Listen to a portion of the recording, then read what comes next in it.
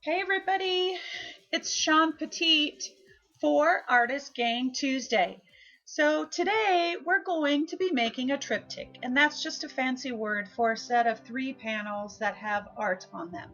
So 1, 2, 3, we're going to be making all 3 of them today. I'm going to be using for my background some collage pack papers that I have, and I'm going to be using 5 actually, not all of them are shown here, of Donna Downey signature stencils, some household items, and just the black fine liner. Then I'm actually going to be using some Liquitex paints. I'll be adding a couple extra colors, I think. So to get started, I'm going to be putting all of my papers down with my matte medium, and I just printed out a bunch of my collage pack papers and tore them randomly, trying to find complementary colors and patterns for the backgrounds, and then put them down with my matte medium, going over all of the edges and everything, making sure that everything was down and sealed and ready for our next layer. The pieces never ever seem to go back on the way that you put them on originally. Once you take them off, it's like, oh, where does everything go? But somehow they find their way back on, maybe not exactly the same. So after I get everything down, I hit this with the heat tool and get it nice and dry so that we're ready to put down some more color. So I'm using, actually there's 5 colors there. I mixed the 2 yellows and an orange together of the Liquitex paints. This is the deep violet in one of Donna's signature stencils, and all of the supplies will be listed in the blog today. But I'm going around the corners and the edges because the main focal point is actually going to be towards the center. I'm using a latch hook rug piece here. It's great. You can buy it in a large sheet and cut it up to the size that you want, but it adds some really fun texture in the backgrounds. Now I've got my palette knife, and I've got that yellow and orange mixture that I mixed together, and just kind of spreading that around, adding a few more layers of color and a little bit more deep violet. I've taken a sheet of wax paper here and my titanium white, and I've spritzed it with some water, spread it out, and then turned that wax paper over and placed it on top of each of my panels. And each time I reload and add a little bit more paint and a little bit more water. And what's really cool about this technique is that it gives the impression of a monoprint. You get the creases and the different things of the paper. It's actually a really beautiful effect, and it's effective at toning down and neutralizing your background. Now, this last piece that I did, it had a little bit more white on it than I wanted. So I kind of dabbed it up a little bit, and then I took my rag and tried to take off a few more areas because I didn't want to completely cover up that background. It had up some really pretty colors. So now I've got my tub of water to the right, and I've got a big old tub of drywall compound. And I'm going to use 3 of Donna Downey's floral stencils with my joint compound.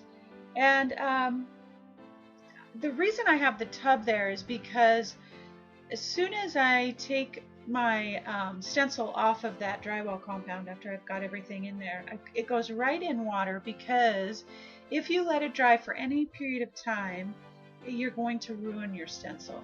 And so instead of running to the sink, I put it right in my bucket next to me, and it makes creating really, really easy.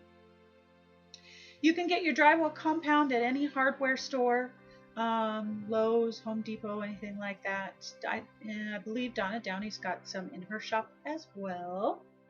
But I'm not being real careful with how I put this on, because I want there to be some texture with the piece, and so it lends to some of the grunginess.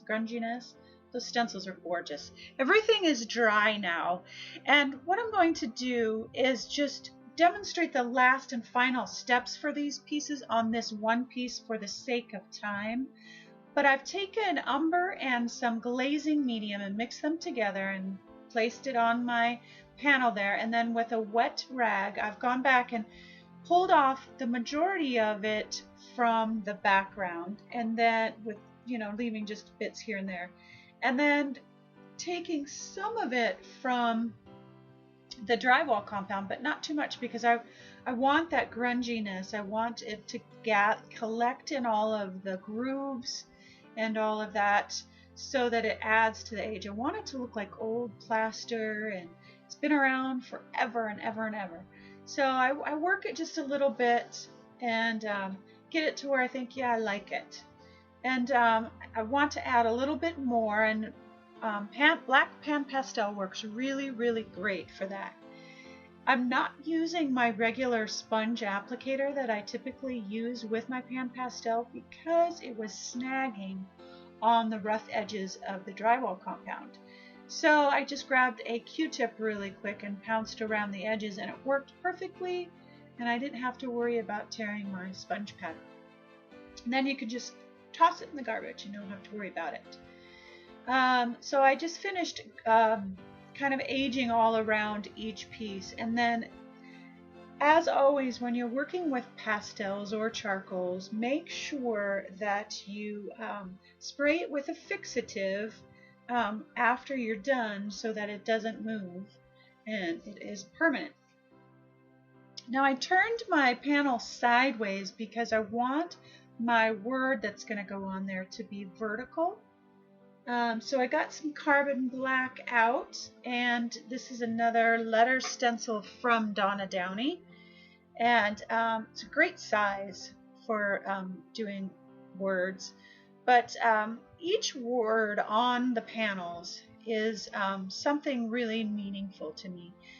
These 3 words are my mantra. They have kept me going, and I use them for inspiration all the time. This specific one says, love always without judgment, and each panel has a word and then a phrase below, and you'll get a chance to see all of those when we get near the end. I'm going now around the phrase and the word with my charcoal pencil to add some further definition and some more grunginess, of course. I love the grungy. And then the drywall, the flower impression needed just a little bit more definition. So I used my charcoal pencil and just kind of traced around that.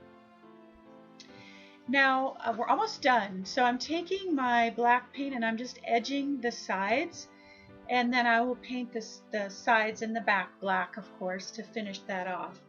But each piece turned out so beautiful, and they have so much meaning for me. Look at how gorgeous that is. I'm so thankful that you watched today, and I hope you come back for more. I hope you take a look at our YouTube channel and our Facebook page, and I hope you know always, always you are loved. Have a fabulous day.